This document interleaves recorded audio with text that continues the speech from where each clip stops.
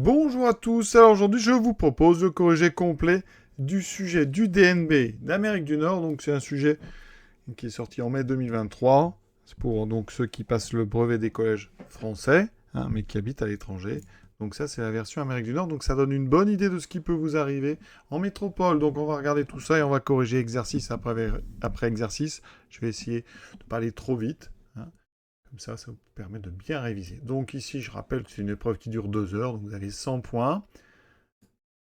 Ici, vous aurez le droit de la calculatrice, à la calculatrice, pas de souci. Et vous pouvez traiter les exercices dans l'ordre que vous voudrez. On commence ici, je corrigerai après, je vous montre tout le sujet, on fera un corrigé complet. Donc un premier exercice sur 20 points, donc c'est un cinquième de la note. Donc il y a ici 5 situations, c'est en fait 5 questions. Vous voyez, un peu d'algèbre. Ici, décomposition produit de facteurs premiers, probabilité, un petit calcul ici. On verra tout ça ensuite, un deuxième exercice avec de la géométrie. Certainement, il y a du Thalès quelque part, peut-être Pythagore, on verra ça. On continue avec ici des statistiques. Ici, étendue, moyenne. Comme ça, on révisera tout ce vocabulaire qui est simple, mais qu'il faut connaître. Ensuite, 20 points sur Pix. Alors, Pix, ça peut faire peur, mais vous allez voir que c'est souvent plus facile qu'on ne pense. On regardera même sur Pix ce que ça donne. Je vous montrerai ça, c'est assez joli. Et exercice 18. On a donc ici calcul avec des vitesses, des longueurs et des aires. Voilà. Donc le sujet est terminé. Donc on est parti. On va commencer tout de suite donc avec ce premier exercice sur 20 points. Situation 1. Décomposer en produit de facteurs premiers le nombre 780. Alors vos calculatrices, elles le font. Je vais utiliser ici une Casio. Je vous montre comment on fait. Et après, vous ferez les calculs. Comment on aurait pu trouver ça sans la machine. Donc on tape en fait le nombre 780. On met exécuter. On va sur ici. Vous voyez, il a marqué décomposition ici. Donc il faut avoir rentré le nombre d'abord. L'avoir vraiment rentré ici. Et mettez seconde décomposition. Et vous voyez qu'ici, on a exactement ce qu'il faut. Donc la bonne réponse, c'est donc 780, s'écrit donc 2 au carré, fois 3, fois 5, fois 13. Alors décomposer en produit de nombre premier, ça veut dire qu'ici, vous avez donc un produit avec des nombres, vous avez, il peut y avoir des puissances, mais chacun des facteurs est une puissance d'un nombre premier. Les nombres premiers ici, c'est 2, 3, 5 et 13. Vous avez 2 qui est au carré.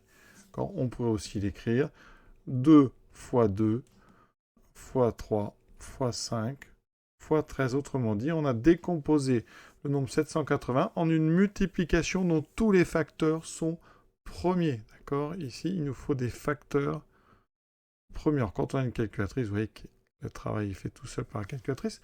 Mais comment devrait-on faire sans machine? C'est ça le plus important. Donc, ce qu'on peut faire, c'est qu'on écrit 780. Et ici, on va faire des divisions successives. Donc, on va faire 780 divisé par 2. Donc, vous pouvez le faire à la machine. Vous pouvez faire 780, donc divisé par 2. Ça donne évidemment donc 390, parce que 318 par 2, c'est 39. Donc là, j'obtiens 390. Et on continue. On peut encore diviser par 2, donc on écrit ça. On fait 390 divisé par 2. Donc ici, on continue avec sa machine. Donc on met divisé par 2. Ça donne 195. Ensuite, on va diviser, vous voyez, par 5. Donc divisé par 5. Ça fait 39, on écrit 39, on voit bien que 39 est divisible par 3, donc on divise par 3, 39 divisé par 3, ça fait 13. D'accord? Donc ici, 13 est un nombre premier. Donc on a tous les facteurs ici, le 2, 2, 3, 5 et 13. Voilà, on a terminé cette première situation. Situation 2, ici ce sont des probabilités, donc on a un jeu de 32 cartes, il y a 4 familles, trèfle, carreau, cœur, pique. Chaque famille a 8 cartes, donc 7, 8, 9, 10, valet, dame, roi, as. Et on prend une carte au hasard. Chacune des cartes a la même probabilité d'être choisie, c'est-à-dire une chance sur 32. On est dans ce qu'on appelle une situation d'équiprobabilité. Donc la probabilité d'obtenir le 8 de pique. Donc ici, je vais écrire 8 de pique. Eh bien, 8 de pique, c'est une seule carte parmi les 32. On a donc tout simplement une chance sur 32. On est dans ce qu'on appelle de l'équiprobabilité. On fait le nombre de cas favorables. Donc, vous avez un cas favorable, c'est-à-dire votre 8 de pique, sur les 32 au total. Oui, c'est très rapide. Probabilité d'obtenir un roi ou un cœur. Alors, il faut faire la liste des rois ou des cœurs. Alors, attention, un petit piège parce qu'il y a le roi de cœur. Donc, en fait, il y a 4 rois, il y a 8 cœurs, mais si vous ajoutez, vous allez compter 12 cartes. Mais attention, hein, le roi de cœur est compté 2 fois.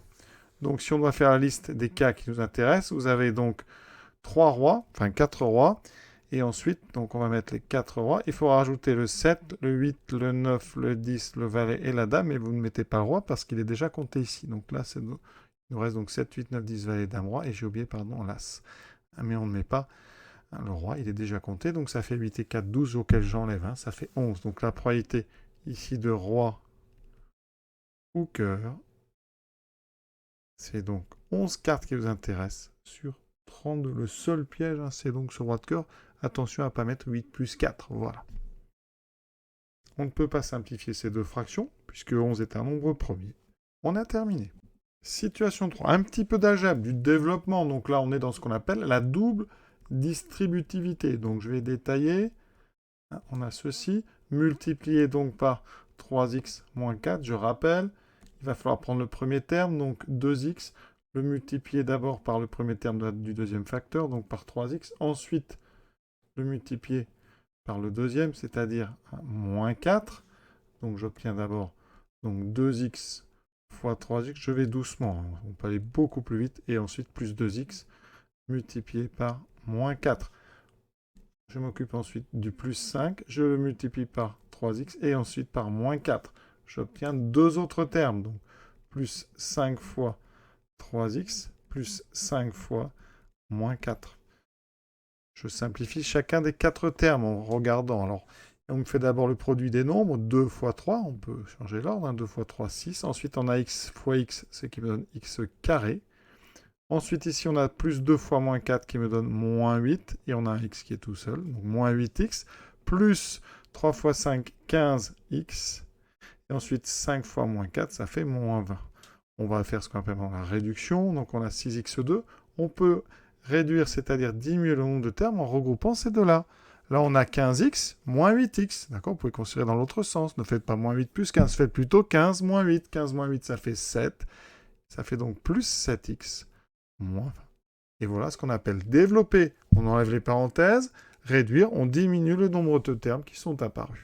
Situation 4. Quel est le volume en centimètres cubes de ce prisme droit? Alors, qu'est-ce que c'est déjà qu'un prisme droit? Vous avez ici une base. La base, c'est ce triangle ici. Je vais vous le mettre en rouge. Voilà. Pour reconnaître un prisme, c'est facile. Vous avez une base et vous avez exactement la même figure qui est en haut. Ensuite, on va relier chacun des points. Voilà. En fait, on fait glisser la base pour la retrouver un peu plus haute. Et donc, vous avez une hauteur qui va être importante. Et comme le prisme est droit, c'est important, le prisme est droit. Donc ici, vous avez aussi un angle droit. Donc la hauteur, c'est censé être 120 cm. Donc notre prisme, il a une base dont l'aire, alors l'aire de la base, donc, c'est un triangle rectangle. Un rectangle parce que c'est indiqué ici. Un triangle rectangle dont les côtés font ici 60 cm. 80 cm, et on a même l'hypoténuse, elle est donnée en face 100 cm, mais on ne va pas se servir de l'hypoténuse, pourquoi? Parce que quand on a un triangle rectangle, la base a une aire de, donc ici base fois hauteur, donc là, oui, la base de notre prisme a une base qui est donc 80 cm, on a donc 80 cm fois 60 cm, c'est les côtés qui forment l'angle droit, divisé par 2. On multiplie les centimètres par des centimètres, on obtient donc des centimètres carrés. 80 fois 60, ça fait 4800 sur 2 centimètres carrés. Donc ça fait 2400 centimètres carrés. Maintenant, si vous voulez le volume du prisme, c'est tout simplement l'aire de la base, donc de notre triangle rectangle, multiplié par la hauteur. Comme le prisme est droit, la hauteur ici c'est 120 cm. Ça fait donc 2400 cm² fois 120 cm. Ça donne donc des centimètres cubes. Et donc on va faire 2400 fois 120. 2400 fois 120. On obtient 288 000 cm3. Question petit b. convertir ça en litres. Alors, il y a plusieurs façons de faire. Vous pouvez déjà essayer de voir ce que c'est qu'un litre. Un litre, je rappelle que c'est le volume d'un cube de 10 cm par 10 cm par 10 cm. D'accord, 10 cm, 10 cm, 10 cm. Donc un litre, eh bien ça fera 10 fois 10 fois 10 cm fois cm fois cm, donc centimètre cube. Donc ça fait 3 zéros, 1000 cm3. Donc ici vous avez 288 000. Donc le volume, je vais l'appeler V, ça sera 288 litres. Ça c'est pour ceux qui savent qu'un litre c'est 10 par 10 par 10 cm3. Vous pouvez aussi utiliser ça avec les colonnes, donc mètre cube. 6 cases plus 1, vous mettez centimètre cube, c'est tous les 6. Hein. Et ici au milieu, c'est les décimètres cubes. Hein. C'est pour ça que ici, on vous rappelle un décimètre cube, donc j'ai mis litres. Mais à cet endroit, ici dans le tableau, vous pouvez écrire donc les décimètres cubes. Donc il y a 3 colonnes qui séparent mètre cube et décimètre cube, et 3 qui séparent décimètre cube de centimètre cube. Donc si j'ai 280 000 cm3, j'écris le premier 0 ici, le deuxième ici. J'écris 8, 8 et ici 2. D'accord. J'ai donc 0,288 mètres cubes. D'accord. Si je les veux en litres, j'ai donc 288 litres. C'est pratique, parfois c'est colle, mais il faut savoir espacer. Donc quand on est sur des mètres, eh bien, rappelez-vous, hein, vous avez la première colonne qui est mètre, ensuite décimètre, puis centimètre, puis millimètre. Il y a un par colonne. Si on est sur des aires, vous avez des mètres carrés. Les décimètres carrés sont à 2 colonnes. Et si on est sur des volumes, hein, eh bien pour passer à des décimètres cubes, c'est-à-dire les litres, il faut 3 colonnes. Et pour des litres à centimètres cubes, il faut aussi 3 colonnes. Donc faites bien attention. Situation 5. Le polygone 2 est un agrandissement du polygone 1. Le coefficient est 3. Alors 3, ça veut dire quoi? Ça veut dire que les longueurs, s'il avait une certaine longueur, ici, vous la trouverez 3 fois. Donc les longueurs ont toutes été multipliées par 3.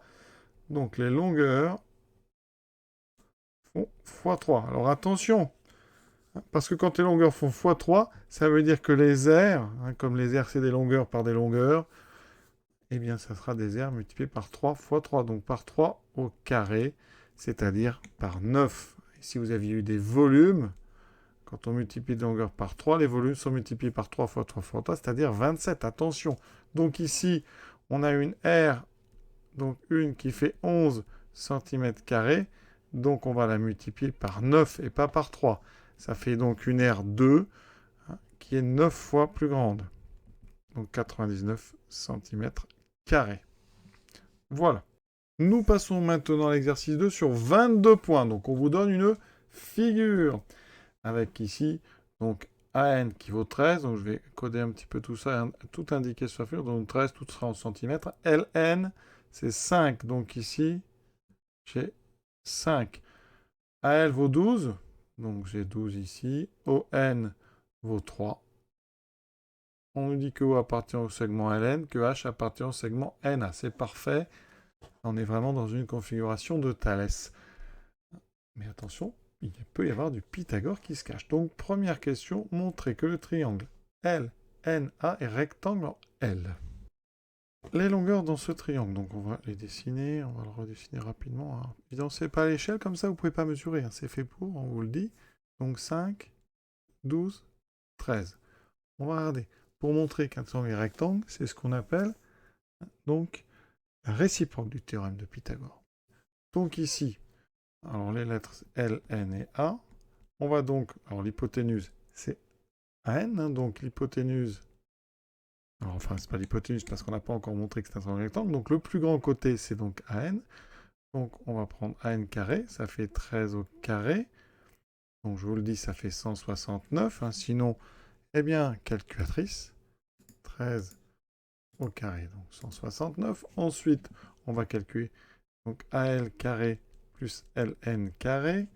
Donc ça me donne 12 au carré plus 5 au carré. Alors 12 au carré, c'est 144. Plus 5 au carré 25, ça donne 169. Et vous voyez bien qu'on a la même chose. Donc ici, on va dire, hein, dans le triangle ALN, AN carré est égal à AL carré plus LN carré. Donc, d'après la réciproque, donc comme c'est le brevet, on va faire bien attention à la rédaction, la réciproque du théorème donc de Pythagore, bien, le triangle ALN, alors il l'appelle plutôt LNA, donc je vais l'appeler LNA comme dans le sujet. Hein. Ici, on va faire vraiment exactement comme dans le sujet. Donc LNA, donc le triangle LNA est rectangle en... Ici, c'est là où vous avez deux fois la même lettre, donc c'est L. D'accord? Et donc, on a terminé. Donc, on fait bien attention pour montrer qu'un triangle rectangle, c'est la réciproque du théorème de Pythagore. Et on calcule, on repère d'abord le plus grand côté, on calcule le carré de ce plus grand côté, et on vérifie que, si on veut montrer qu'il y a rectangle, que la somme des deux autres carrés fait la même chose. Deuxième question, montrer que la longueur OH est égale à 7,2 cm. Là, on est sur du Thalès. On a tout ce qu'il faut. Alors, il faut quand même montrer que les droites sont ici parallèles. Donc, ici, on sait que LNA est rectangle en L. Donc, ça veut dire que la droite AL est perpendiculaire à LN. On a ici sur le dessin un codage. Hein. D'après le dessin, d'après la figure, eh bien, la droite ON est perpendiculaire à la droite OH. Or, la droite ON, c'est la droite LN. Donc, on a quoi? On a OH ici qui est perpendiculaire à ON, qui est LN. Donc, OH est perpendiculaire à LN. Donc, vous avez un angle droit ici. Vous en avez un ici. Et donc, je rappelle que AL est perpendiculaire à LN. Donc, on a deux droites qui sont perpendiculaires à une même troisième. Donc, les droites OH et AL sont parallèles. Voilà. Première chose très importante. Maintenant, on est dans une configuration de Thalès. Alors, on va quand même le dire. Dans le triangle ALN, on va dire donc que OH est parallèle à AL, que H appartient au segment AN, et que O appartient au segment LN. Et dans ce cas-là, avec tout ça, hein, on va dire d'après le théorème de Thalès, eh bien on a des rapports qui vont être égaux. Moi, ce qui m'intéresse, c'est donc le rapport où il y a OH. Alors, on aura donc, à partir de N, donc petit côté, on va prendre NH, sur grand côté NA, et donc égal à petit côté OH, sur grand côté AL, et donc égal petit côté NO, sur grand côté NL. Alors ici, ce qui m'intéresse, c'est que moi je connais NO et NL ici, donc je ne vais pas m'intéresser à NH, NA. Donc, je repars là-haut. Hein. On a OH sur AL. Alors, AL, on m'a annoncé 12, qui va être égal à NO, on m'a annoncé 3. Sur NL, on m'a annoncé 5. Petit produit en croix, on multiplie par 12. Hein. Donc, ça fait 12 fois 3, donc 36 sur 5. On peut simplifier ou pas? Non, 5 est un nombre premier. Donc OH est égal à 36 sur 5. Et 36 sur 5, ça fait 7,2. Donc ici, on va écrire, donc OH est égal à 7,2 cm. Et on encadre pour bien montrer qu'on a compris. Donc vous voyez, important, n'oubliez pas, montrer que on est bien dans une situation intéressante pour Thalès, donc avec des parallèles, donc vous le dites bien. Et ensuite, vous prenez bien les rapports petit côté sur grand côté, petit côté sur grand côté, petit côté sur grand côté, et vous indiquez d'après le théorème de Thalès. Troisième question, mesure de LNA, c'est un angle, on est dans de la trigonométrie. Donc, ce qui est intéressant, c'est qu'on a un triangle rectangle, sinon on serait très embêté. Donc, on rappelle que LNA est rectangle en L. Donc, on peut utiliser la trigonométrie. Si vous voulez un angle LNA, c'est l'angle donc qui est en N. Donc on a L, N et A. Donc je veux celui-ci. Alors vous avez le choix. En cosinus, sinus, tangente, on va prendre le premier. Le cosinus. Le cosinus donc de LNA est égal au côté adjacent. Je rappelle, on est là pour réviser, mais il y a le fameux SOHCAHTOA ou CASOTOA. Donc c'est du SOHCAHTOA. De toute façon, sinus, c'est opposé sur hypoténuse. Cosinus, c'est adjacent sur hypoténuse. Tangente, c'est opposé sur adjacent. Donc ici, je vais avoir donc du K, c'est-à-dire adjacent sur hypoténuse. Très important dans ce triangle. Donc l'angle est ici. Adjacent, c'est le côté à côté, mais le plus petit. C'est donc 5 sur 13. Et là, on va prendre la calculatrice. Donc ici, on indique donc 5 sur 13, et on va avoir besoin de prendre l'arcosinus. Donc ici, alors c'est pas ça, c'est ceci, arcosinus, et ici je mets 5 divisé par 13. On est bien en degrés, il y a la lettre D, vous voyez, et on obtient 67,38. Donc on veut une valeur approchée à l'unité, donc on va indiquer à peu près 67 degrés. Donc ici, donc l'angle LNA est à peu près 67 degrés. Alors pour ceux qui préfèrent le sinus, eh bien ça marche aussi. Regardez, sinus de LNA, ça sera donc d'après CASOTOA, côté adjacent sur, côté pardon, SO, donc opposé sur hypoténuse, hop, sur hip. Ce qui me donne dans mon triangle, donc opposé de cet angle-là, c'est 12, 12 sur 13. Et donc je vais aller chercher, donc LNA, c'est l'arcsinus de 12 sur 13. Donc je vais taper arcsinus. Donc ici, arcsinus. Non, ça c'est arctangente, pardon. Donc arcsinus, et je mets 12 divisé par 13. Et on devrait retrouver la même chose. Voilà, c'est parfait. Et on va quand même être complet. Si vous aviez choisi la tangente de LNA, donc d'après la formule, c'est TOA, donc opposé sur adjacent. Donc je regarde mon angle. L'opposé, c'est en face, c'est 12. Sur adjacent, c'est 5. Donc je vais utiliser l'arc tangente et je vais mettre 12 divisé par 5. Et vous voyez que ça donne le même résultat. Et heureusement. Question un petit peu de cours. Pourquoi les triangles LNA et ONH sont-ils semblables? Alors des triangles semblables, ils ont les mêmes angles. Donc on va regarder les angles de ces deux triangles. Tout d'abord, dans ces deux triangles, eh bien, on a un angle droit en bas. Donc l'angle NOH et l'angle NLA sont égaux et valent 90 degrés. Maintenant, on a ici OH qui est parallèle à AL. D'accord? Donc, elles font le même angle avec la droite NA. Ça veut dire que l'angle NHO est donc égal à NAL. Conclusion, on a donc deux triangles qui ont deux angles égaux. Donc, ils ont les trois angles égaux. Donc, LNA et ONH ont deux angles de même mesure. Comme la somme fait 180 degrés, donc trois angles de même mesure. Conclusion, ils ont donc trois angles de même mesure. Donc, ils sont semblables. C'est la définition des triangles semblables. Ce sont des triangles qui ont les trois mêmes angles.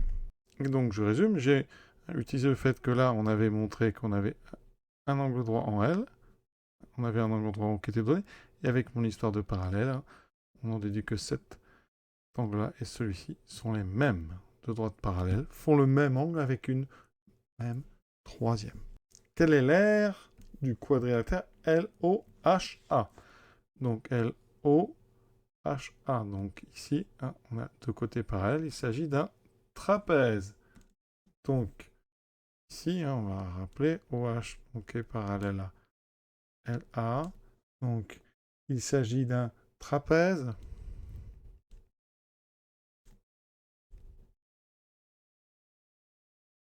Donc il est même rectangle. Parce qu'on a des angles droits en bas. Donc l'aire de LOHA, c'est donc petite base, donc AL, plus grande base OH, multiplié par la hauteur, donc c'est OL, divisé par 2. Et donc vous voyez que ça va vous donner donc 12 plus 7,2 fois OL. Alors ici, OL, on a donc LN qui vaut 5, ON qui vaut 3, donc OL vaut 2. Sur 2, il reste donc 19,2 et on sera en centimètres carrés. Alors je vais vous montrer une autre méthode. Là, j'ai utilisé, vous voyez, je précise ici, la longueur OL. J'ai utilisé donc LN moins ON. Ça, c'est en utilisant un trapèze rectangle avec petite base, plus grande base, fois la hauteur divisée par 2. Sinon, autre façon, peut-être plus simple avec deux triangles. Vous pouvez remarquer que l'aire qu'on cherche, c'est l'aire du grand triangle moins l'aire du petit. D'accord, cette aire-là, l'aire de LOHA, c'est l'aire de LNA, le grand triangle, moins l'aire du petit triangle, ONH. Alors ces deux triangles, ils sont rectangles. D'accord. Et si on regarde donc LNA, vous avez un angle droit ici. Donc son aire, c'est donc la base qui fait ici 5 par la hauteur, 12, divisé par 2. Donc c'est 5 fois 12 divisé par 2, 5 fois 12, 60 par 2, ça fait 30. Sinon on peut simplifier ici 12 par 2, ça fait 5 fois 6, 30. Et on est sur des centimètres carrés. Pour le plus petit, donc ONH, on a une base qui fait 3, une hauteur de 7,2. Donc l'aire de ONH, c'est 3 fois 7,2 sur 2. Alors 3 fois 7,2, ça fait 21,6. Je vous le montre quand même. Voilà. Et on divise par 2 et on obtient 10,8. Donc, ça veut dire que l'aire que je cherche vaut donc 30 moins 10,8 cm², ce qui fait effectivement 19,2 cm². Voilà, à vous de choisir la méthode que vous préférez. Question 5b. Quelle proportion de l'aire de LNA, donc du grand triangle, représente l'aire du quadrilatère LOH? Alors pour ça, eh bien on va faire donc R de LOHA divisé par l'aire de LNA. Comme ça, on aura l'aire de LOHA par rapport à la grandeur de l'aire de LNA. Donc ici, ça fait du 19,2 sur 30 cm. Alors 19,2 sur 30, on prend la calculatrice. Donc ça a divisé par 30. Alors il y a des petites simplifications, on va les faire à la main. Ça fait 0,64. Alors est-ce qu'on aurait pu faire ça à la main? Pas évident, hein? Mais bon, on va essayer. Ça fait 192 sur 300. Vous voyez, je multiplie par 10. Je simplifie par quoi? Par 2. Donc ça me fait 96 sur 150. 96 sur 150, regardez, on peut simplifier par 2 encore. 96, c'est 48 sur 75. Et là, on peut simplifier par 3. 18. Pardon, 48, c'est 3 fois 16. 75, c'est 3 fois 25. Vous voyez qu'on simplifie par 3, il me reste 16 sur 25. Si vous préférez l'avoir sur 100, la machine vous le fera. Mais regardez, on va multiplier en haut et en bas par 4, ce qui fait qu'en bas j'ai 100. Et 4 fois 16, 64. Et vous voyez bien que ça donne 0,75. Alors là, je l'ai fait pour vous montrer qu'on peut le faire sans machine. Mais sinon, le jour J, eh bien vous n'avez quasiment rien à faire. Ce n'est pas demandé. Donc vous prenez votre calculatrice et vous dites égale donc à 0,64, c'est-à-dire 64%. Autrement dit, 64% du grand triangle, eh bien c'est le trapèze ici, hein, LOH. Et on a terminé cet exercice 2. On est sur les statistiques. En général, ça va très vite. Alors, on a un diagramme ici, c'est un diagramme en barres. Hein, vous avez des barres qui représentent chacune le nombre de visiteurs par année. Donc ici, on est sur le nombre de visiteurs par an de 2010 à 2021. Vous voyez qu'ici, on balaye toutes les années de 2010 à 2021. Quel a été le nombre de visiteurs en 2010? Très difficile, vraiment. Vous allez regarder la barre ici. Vous voyez qu'elle arrive à une hauteur de 300 000. Donc, réponse petit a. Vous écrivez juste 300 000. Vous faites une phrase. Il y a eu 300 000 visiteurs en 2010. Deuxième question. En quelle année le nombre de visiteurs a-t-il été le plus élevé? Très difficile. Vous allez regarder quelle est la barre la plus haute. C'est ici. Donc, ça correspond à 2019. Donc, vous dites juste... Alors, si vous le rédigez, c'est en 2019 que le nombre de visiteurs a été le plus élevé.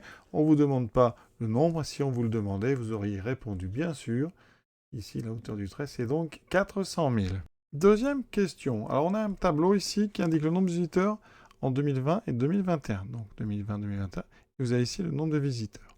Le maire de cette ville avait pour objectif que le nombre progresse d'au moins 15%. L'objectif a-t-il été atteint? Eh bien, c'est simple. On va ajouter 15% à 187 216. Est-ce qu'on va tomber sur 219 042, plus ou moins? On va regarder. Donc, qu'est-ce qu'on fait? On fait 196 216. On le multiplie par quoi? Pour ajouter 15%, on multiplie par 1 plus 15 sur 100. C'est une méthode. Donc, ça veut dire que on multiplie 187 216 par 1,15. La calculatrice est là pour nous le faire. 187 216 fois 1,15. On obtient, vous voyez ici, 215 298,4. Donc, pour atteindre l'objectif, il faut au minimum 215 298 ou 19. Or, on est beaucoup plus grand. Or, 219 042, c'est bien plus grand que 215 298,4. Donc, l'objectif est atteint. On a même dépassé de 4000 l'objectif. Alors, moi, j'ai multiplié par 1 plus 15 sur 100. On aurait pu aussi faire quelque chose peut-être d'un petit peu plus simple pour certains. On calcule 15% de 187 216. Donc, en faisant juste fois 15 sur 100. D'accord? Donc, je fais ça. 187 216 fois 15 divisé par 100. Ça vous donne l'augmentation. Ça, c'est 15%. Et je lui rajoute, évidemment, 187 216. Ça vous dit, donc ici, la même chose que nous, hein, 215, 290,4. Voilà une autre façon de faire. Vous calculez 15% et vous rajoutez. Donc là, je suis parti de 187 216. J'ai ajouté l'objectif, donc 15%. Et je vois que je suis en dessous. Donc j'ai dépassé mon objectif. Alors, il y a une autre méthode. On peut regarder. Combien représente 219 042 par rapport à 187 216? Donc ici, eh bien, c'est très simple. On fait valeur finale moins valeur initiale divisé par valeur initiale. C'est-à-dire 219 042 moins 187 216 divisé par 187 216. Et ça va vous donner directement le taux d'augmentation. Donc regardez. Donc je fais d'abord ma soustraction tranquillement. 219 042 moins 187 216. Voilà. Je divise ensuite par 187 216. J'obtiens ici 0,160, etc. Je multiplie par 100 pour avoir des pourcentages. Et j'obtiens ici à peu près 17%. Donc, on a augmenté de 17%. Et c'est mieux que... C'est mieux, évidemment, que 15%. Donc, l'objectif est atteint. Ensuite, la partie B. On nous dit les deux parties sont indépendantes. Donc, vous n'avez pas besoin d'avoir fait la A pour faire la B. Étendue. Alors, qu'est-ce que c'est que l'étendue? Il faut bien comprendre, dans un tableau statistique, vous avez d'abord ici ce qu'on appelle les valeurs. Donc, la première ligne, c'est les valeurs. Donc, je vais l'écrire quand même. Ça, c'est ce qu'on appelle les valeurs. Et ça, c'est donc les effectifs. C'est très clair. Donc, l'étendue, c'est la plus grande valeur moins la plus petite. Donc, l'étendue, c'est valeur maximale. Donc, c'est 500 moins la plus petite, 60, c'est-à-dire 440. C'est tout. Valeur maximale moins valeur minimale. Donc ici, c'est 440 et on est sur des euros, donc 440 euros. Question 4. Vous voyez, c'est simple. La moyenne. Comment fait-on une moyenne? Alors là, c'est une formule. C'est une moyenne avec des coefficients. On va donc faire une grosse division. Donc il faut de la place ou une règle. On va diviser ici par le nombre total. de nuitées. D'accord? Donc on ajoute l'effectif total. Donc la formule, c'est effectif ici total. Et on va ici multiplier chaque valeur par son effectif. Donc je vais avoir 1200, vous voyez, nuitées à 60 euros. Donc 1200 fois 60, plus 1350 fois 80, et ainsi de suite. C'est un petit peu long, là, le tableau est grand. Voilà, donc il faut prévoir. Ensuite, 1000 fois, 85, plus 1100 fois 90, et ainsi de suite. Ça donne ceci, vous voyez, donc je répète, on prend chaque effectif qu'on multiplie par la valeur qui correspond, on ajoute tout ça, ça donne le numérateur, et on divise par la somme de tous les effectifs. Donc là, vous ajoutez tout ça. Pour le dénominateur, j'ai trouvé, vous voyez, 1850. On va quand même tout faire.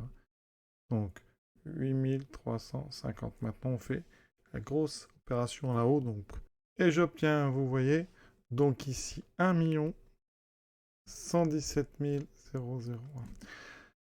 Je divise donc par 8350. J'obtiens donc ceci. On me demande d'arrondir à l'euro près. Donc, je vais arrondir à 134 € en moyenne par nuit. Cinquième question. L'association des hôteliers cherche à attirer des touristes et annonce dans les hôtels de notre ville au moins la moitié des nuits est facturée à moins de 100 €. Est-ce que c'est vrai? Alors regardez, quelles sont toutes les nuits qui sont facturées à moins de 100 €? Celle-ci, celle-ci, celle-ci et celle-ci. Donc, il y a... Alors, je fais le calcul à côté. Donc, 1200 plus 1350 plus 1000 plus 1100. Donc, ça me fait 4650. D'accord? Je vais calculer en haut. Donc, il y a 4650 nuits, donc à moins de 100 €. Il n'y en a pas à 100 €, donc on n'a pas à se demander si c'est moins ou égal à 100 €. Voilà. Donc, ça veut dire que, eh bien, on regarde, c'est 4600 sur un total de, on avait calculé 8350. Donc, 4650, eh bien, on voit bien que c'est plus grand que la moitié de 8350. Donc, si je fais la division ici, vous voyez, ça va me donner un nombre plus grand qu'un demi. Donc, regardez, ça fait donc 4650 divisé par 8350. C'est plus grand. Donc, vous voyez, ça fait à peu près 0,55. Donc, ça, c'est plus grand que 0,5. Hein, parce que donc la moitié de 8350, c'est plus petit que 4650. Donc, hein, c'est faux. C'est faux. Hein. Il y a plus de la moitié. Hein. D'accord? La moitié, hein, je la rappelle, est à 4175. Moitié de nuit à plus de 100 €. À moins, pardon, de 100 €.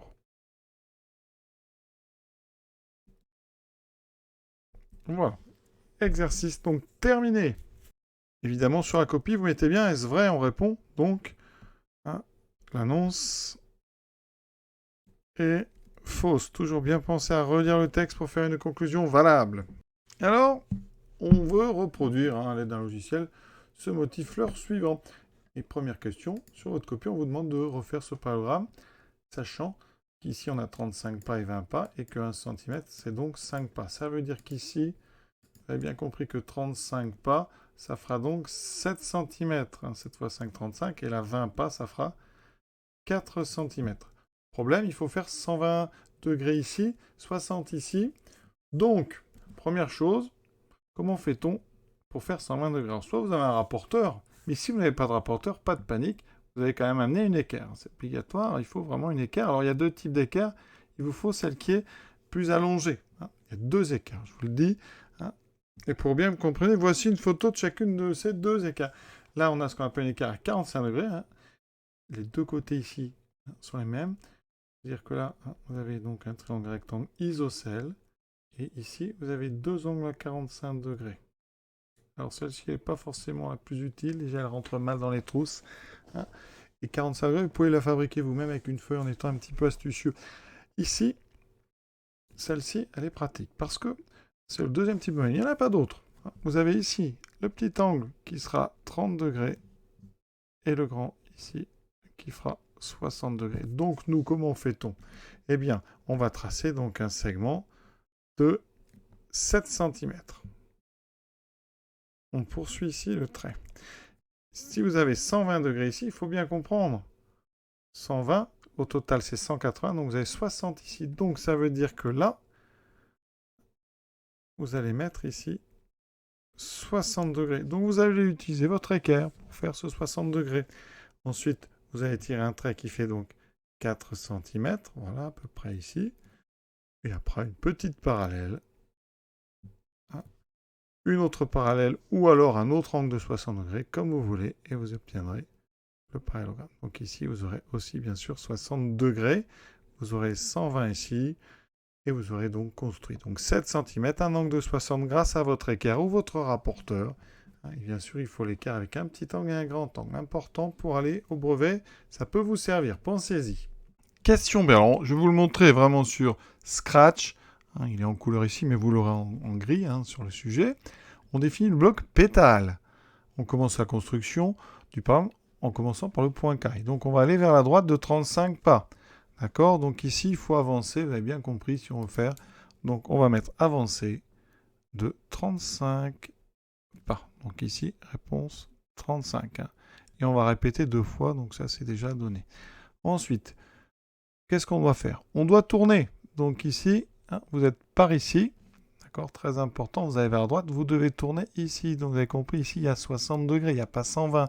Donc on va tourner dans le sens ici, contraire des aiguilles d'une montre, important le sens de rotation ici. Et donc on va mettre 60 degrés. Une fois qu'on a fait ça, il faut avancer de nos 20 pas. C'est-à-dire, ici, on va mettre 20. Donc là, on va mettre 20, je vais laisser ça en rouge. Voilà. Une fois qu'on est au bout, on est par ici. Et on doit encore tourner. Alors ici, on tourne de combien? Attention, on a 60 dans l'intérieur, donc il faut tourner dans ce sens. Donc, contraire des aiguilles du monde, de 120. Donc là, on va mettre 120. Et on a un terminé. Aucune justification n'est attendue. On écrit juste ces 4 nombres. Voici donc le programme, j'ai tout rempli. Alors ici, j'applique sur le drapeau vert. Et regardez ce qui va se passer. On a bien dessiné ici notre parallélogramme. On attaque la question suivante. Maintenant, on veut faire une fleur, c'est-à-dire, vous voyez, on va prendre le parallélogramme qu'on vient d'obtenir et en faire 5. Voilà. Et on vous propose ceci. Alors, par quelle valeur doit-on compléter la ligne 2 du bloc fleur? Donc, vous avez bien compris qu'on a 5 pétales. Donc ici, il va falloir répéter 5 fois. Et pourquoi 72 degrés? Enfin, pourquoi 72? Parce que c'est 72 degrés. Et que si vous voulez faire 5 pétales, il va falloir tourner à chaque fois de 360 divisé par 5. Et 360 par 5, je vous laisse vérifier, ça fait 72. Donc, en fait, on doit tourner, on doit faire donc 5 rotations en un tour. Donc, chacune sera de 72 degrés, puisque 72 fois 5, ça fait 360. D'accord? Donc ça, petite explication pour le B. On regarde quand même tout de suite sur Scratch. Voici, donc je le fais tourner. Avec ici, plus gros, ça donne ceci, on a bien 5 pétales. On continue. Maintenant, on modifie le bloc fleur. Donc il est encore ici, pour obtenir ceci. Alors, qu'est-ce qu'on remarque sur ce dessin? Eh bien, on a en fait notre parallélogramme, il est ici. Ce qu'on remarque ici, c'est que eh bien, le suivant n'a pas tourné assez et il est ici. D'accord? On tourne dans le sens des aiguilles d'une montre et ça va se chevaucher. Le suivant sera ici et ainsi de suite. Donc, il va falloir bien faire plus de parallélogrammes et tourner un angle plus petit. Alors, combien il y en a? 1, 2, 3, 4, 5, 6, 7, 8, 9, 10, 11, 12. Donc, on va faire 12 parallélogrammes. Et à chaque fois, il ne va pas falloir tourner de 72, mais il faut calculer tout simplement 360 divisé par 12. Alors, 36 par 12, ça fait 3, donc ça me fait 30. Donc, il faut tourner à chaque fois de 30 degrés. Donc, ici, on va mettre 30. Donc, ligne 2, vous allez mettre 12 pour avoir 12 parallélogrammes. et on va tourner de 30 degrés en ligne 4. Et voilà, on regarde tout de suite ça sur Scratch. Voici 12, 30, je fais tourner. Regardez, très très joli. On zoome, ça donne ceci. Vous pourrez comparer les deux. C'est exactement la même chose. Voilà, exercice donc sur Scratch terminé. On est sur le dernier exercice, 18 points, un hippodrome, donc est un lieu où se déroulent des courses de chevaux. Cette ligne est composée ici donc de deux segments de 850 mètres, donc on les voit bien, celui-ci, et deux demi-cercles. D'accord? Ceci et ceci. Vous avez le rayon des demi-cercles, les longueurs des segments, montrez que la longueur d'un tour de piste est d'environ 1951 mètres. Alors, la longueur, donc c'est-à-dire le périmètre, ça va être quoi? La longueur des deux segments, donc 850 plus 850, donc 850 fois 2, plus ici nos deux demi-cercles qui font un cercle entier. Périmètre d'un cercle, c'est 2pi r, donc 2pi fois 40, d'accord? Ce qui fait donc 2 fois 850, ce qui fait 1700, plus 2 fois pi fois 40, ça fait 80 pi. On prend la calculatrice. On fait donc 1700 plus 80 fois le nombre pi.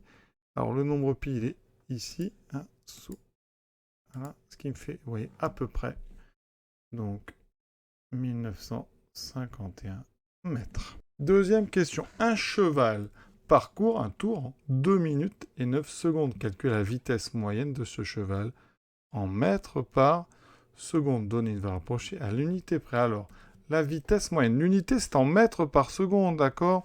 C'est donc les longueurs, des distances divisées par un temps. D sur T. La distance, il a parcouru, donc en mètres, 1951.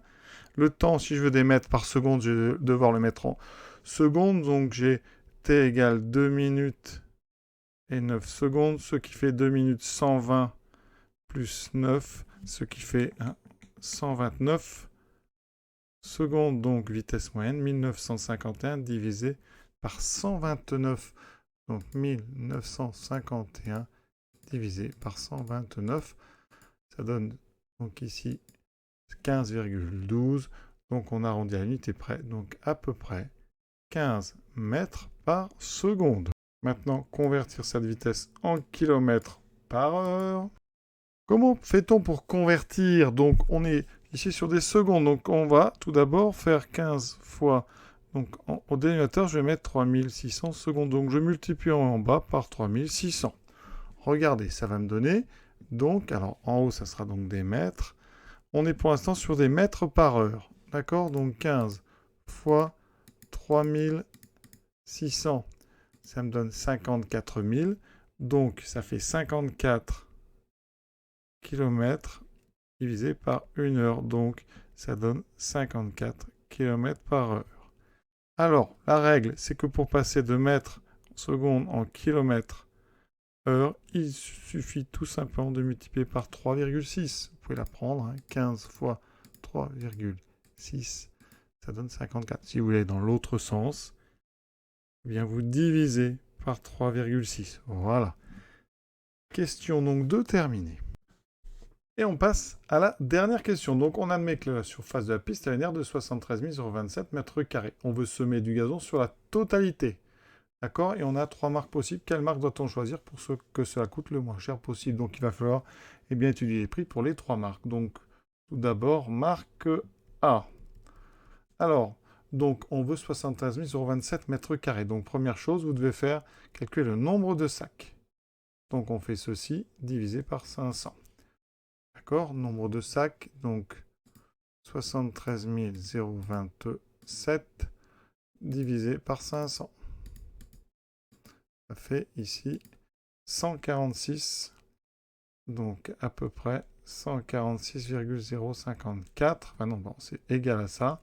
Donc il faut 147 sacs, ça dépasse un peu.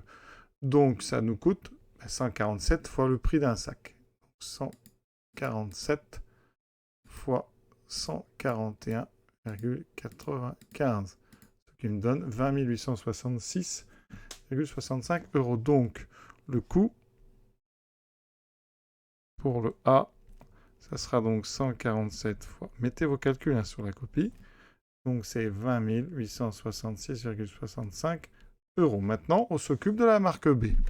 On fait la même chose. D'abord, nombre de sacs. Donc on divise par contre par 400.